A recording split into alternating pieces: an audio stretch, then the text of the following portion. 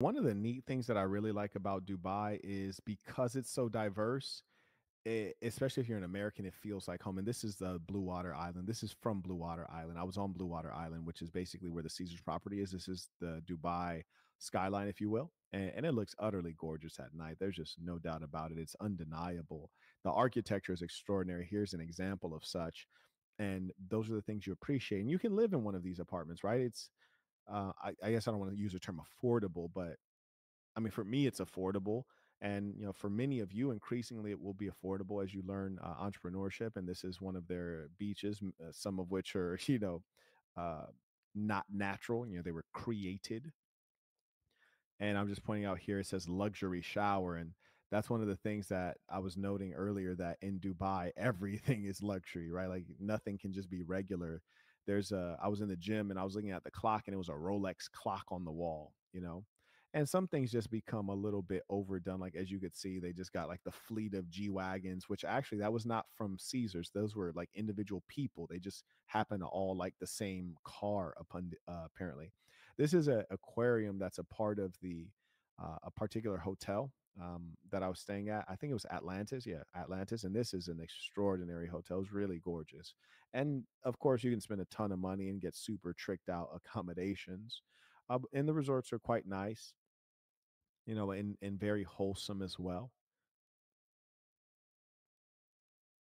And you'll see a lot of beaches. Most of them are, pretty much man-made. And for that reason, they're well manicured. That's the Rolex clock right there.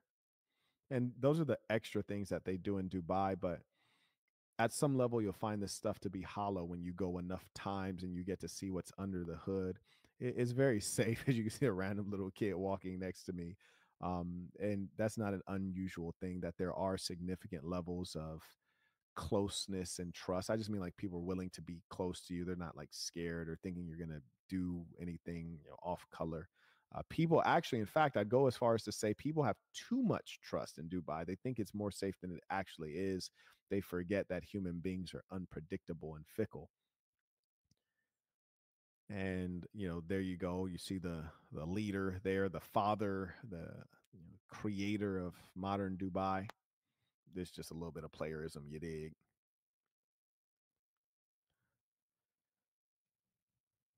And as I said, the food is actually quite nice. And if you're a Muslim or you don't eat pork, obviously in Dubai and as well as much of the Middle East, pork is pretty much just not there. So you can order pizza. Finally, you can order quote unquote bacon, and you don't have to think twice at all.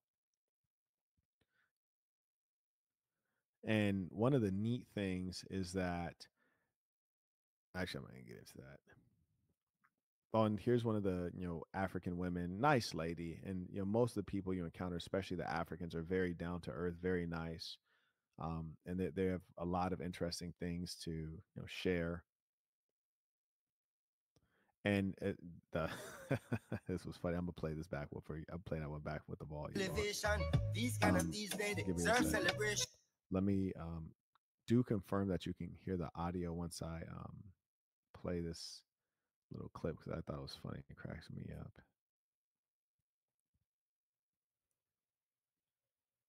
Here we go.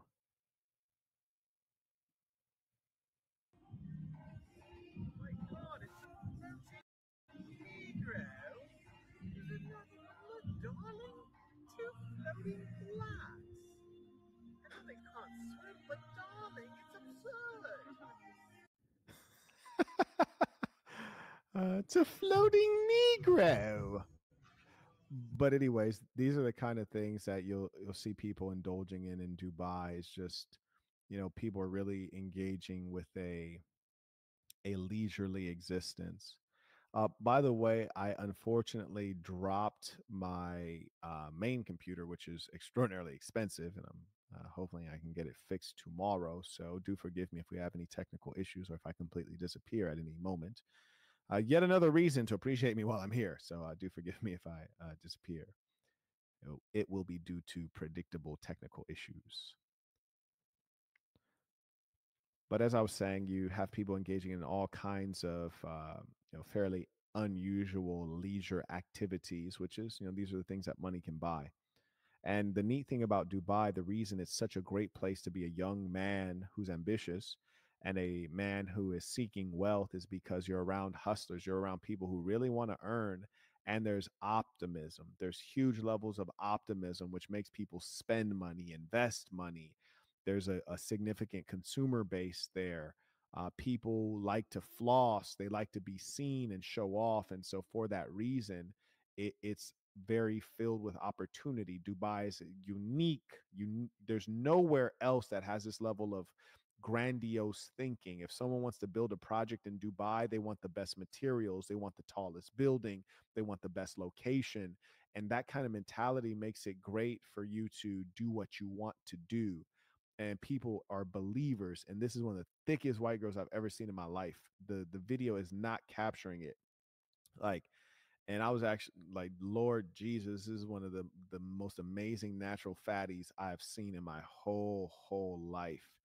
Anyways, and you guys are blessed just to have seen that, even though it's still not as good as in 3D. I'm telling you. And that was a danger. You feel me? Like, that chick is dangerous. You know, she probably right now doing somebody dirty, doing somebody utterly wrong.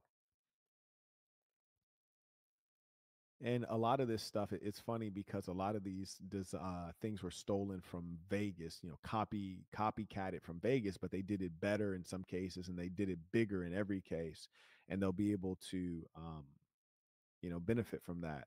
Bro said, "I couldn't. I was already tied up. You heard me. I already had some work. I already had some work to do. I already had me a little ting, and I'm not a disrespectful person."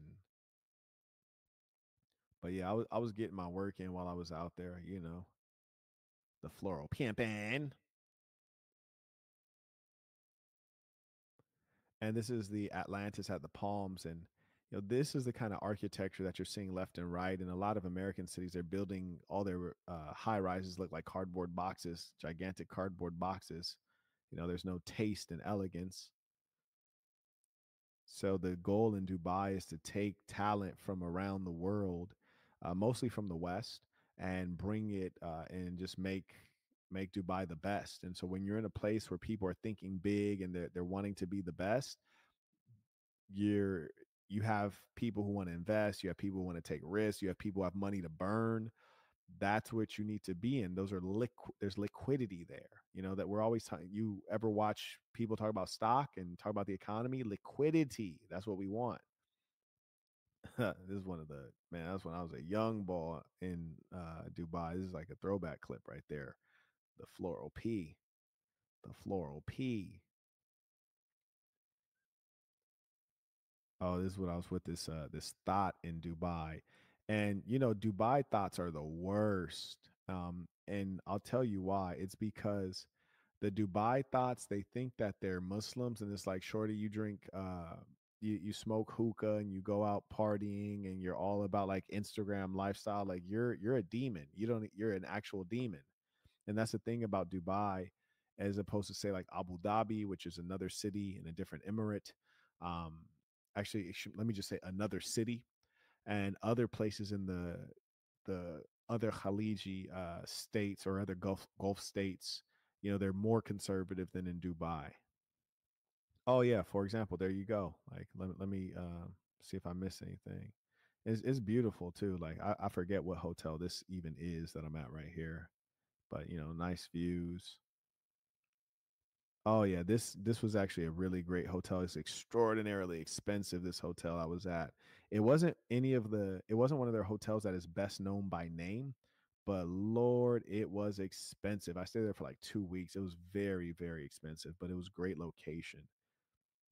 And that's one thing I want to warn everybody about. Like, yeah, I'm sure you can go to Dubai and live on the cheap. They have a lot of very affordable Airbnbs. True story.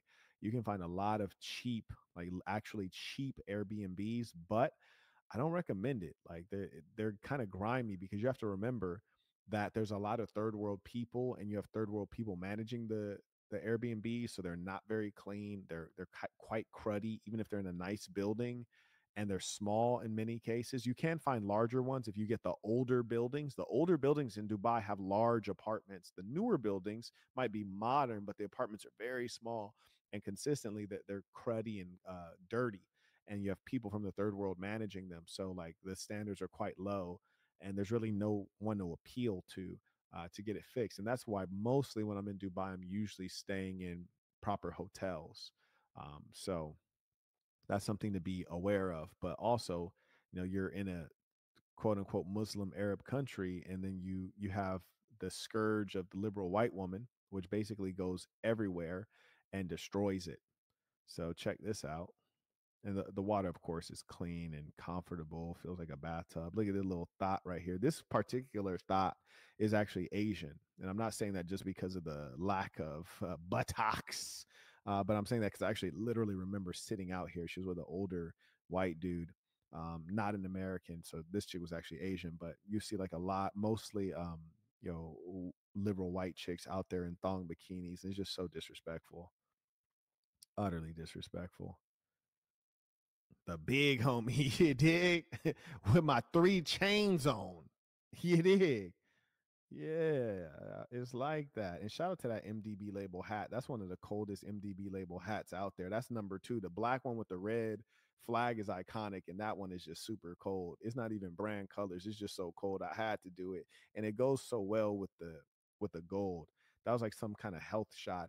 And check out the Dubai Global Village, and that just reflects the diversity of Dubai. The Global Village, I really enjoy. It's a great place to go. Just even if you're like dolo by yourself as a man, which is never how I move. You hear me? I need me a little pretty little ting with me. That's just me though. But moreover, if you're with your old lady, if you're with your family, if you're dolo, it's a great experience. I highly recommend it. And you can buy some great furs there. You can buy like really high end, like authentic stuff. It is phenomenal. Yeah, so like you can check out my IG and get a sense of what's there. But the idea with the global village is that you see every culture represented. Their foods, their their foods, their clothing, and what have you. So I recommend it. I think this one might have been Oman right there. So do check that out. And really, I should have made a video on that one. Maybe I did, maybe I didn't, but hopefully we can get that produced. Let me give you a little bit of photographic insight here. So this was a trip to Dubai some time ago. I've been a ton of times, so many times I don't even take photos. Mostly, it's just not worth it because I've been there a million times. This one is important because this trip was precipitated by me getting an invitation from the Caesars organization. As you guys know, I live in Las Vegas, and the Las Vegas resorts have various, VIP hosts, and they'll give you certain favors. And in one such case, when Caesars Blue Water was opening in Dubai, a brand new resort, Caesars Las Vegas was helping them send high net worth people over to their resort.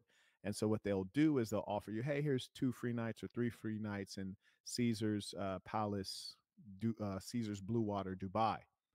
Now, of course, 3 nights is not really enough to make it worth your while, but it's enough to get you to consider it or to head out there. And me, having been a Las Vegas resident and being fascinated with the prospect of there being a casino in the United Arab Emirates, one, because it's a Muslim country and gambling is haram, which is to say prohibited.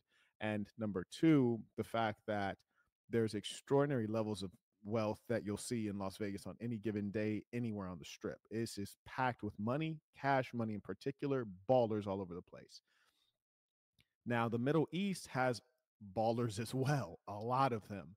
Probably not as sophisticated as the ballers you're finding in Las Vegas. These people are not in commodities. These people are in, fairly curious lines of work, paper assets, investment banking, currency speculation, all of the tricky things, derivatives, and and then typical product based business pursuits.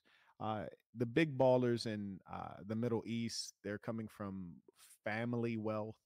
They're coming from commodities based wealth, oil, and things like that. That are eh, there's maybe a bit less business acumen required, and not quite as sophisticated. With all due respect, so, anyways, I think a casino in this environment would just be fascinating and hilarious, and obviously dangerous, in my opinion, in as much as number one, You have huge amounts of wealth, so it's going to do well. It's technically, not technically, it is wholly a sin in the Deen of Islam. So I think it would make it susceptible to terrorist attack at some level. Perhaps, I wouldn't want to be the guy there during the first week of it or the first month. I'd probably wait and see if anything happens to it, see if it blows up by itself.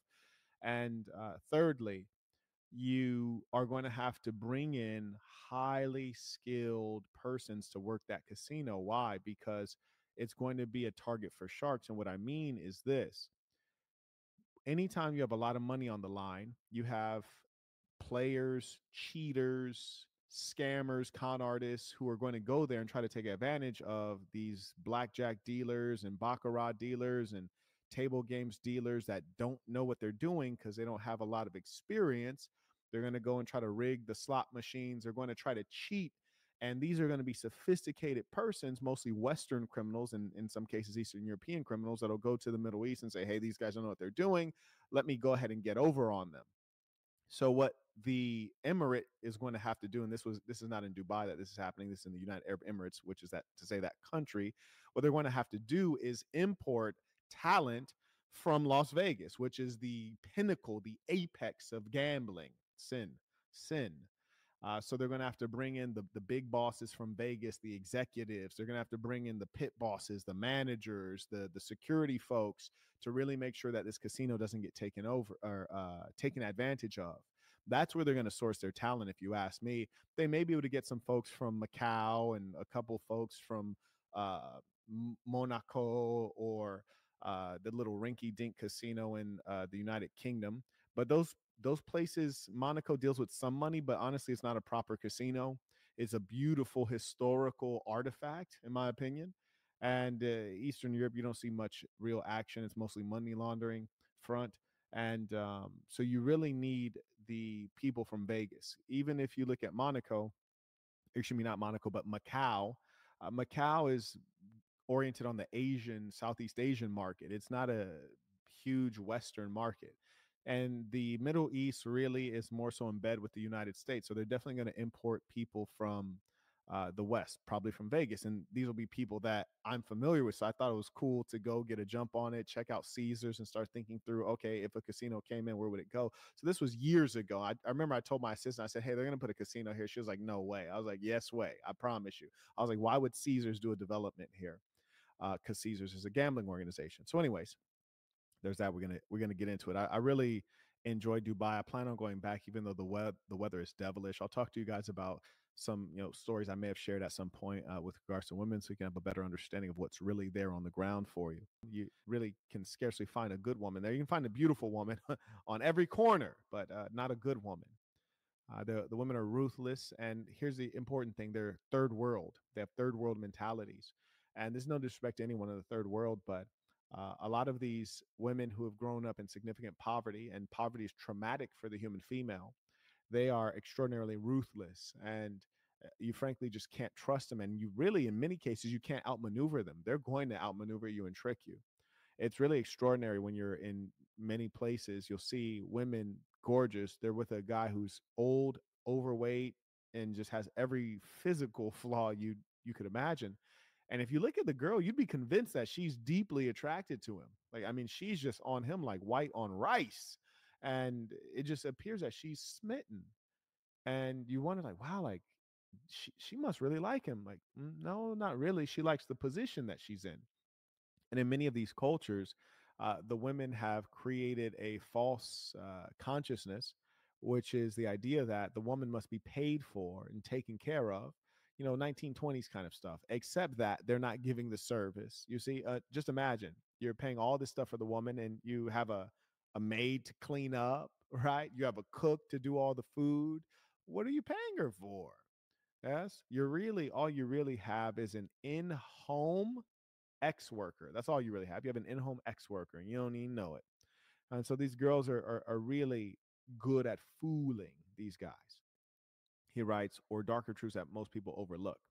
I'd say that's the biggest one because a lot of guys in Dubai, because The women who travel there are the Instagram harlots who are being flown in or who fly themselves in to like try to show their opulent lifestyle. So it's women who are hollow and without value. And then the ones that actually live in Dubai are the low income ones, generally that come from third world developing countries, Bangladesh, Kazakhstan, Mongolia, Moldova, all these places.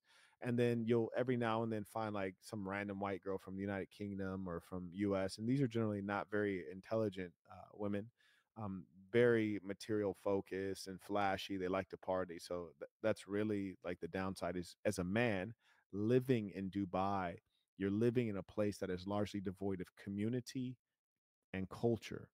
And there's no dating to be had. So if you're not coming with a whole family, you'd be a fool to accidentally create one while you're there. However, the laws would favor you as it is an Islamic country. However, your child would not have citizenship in Dubai if you were to procreate while there.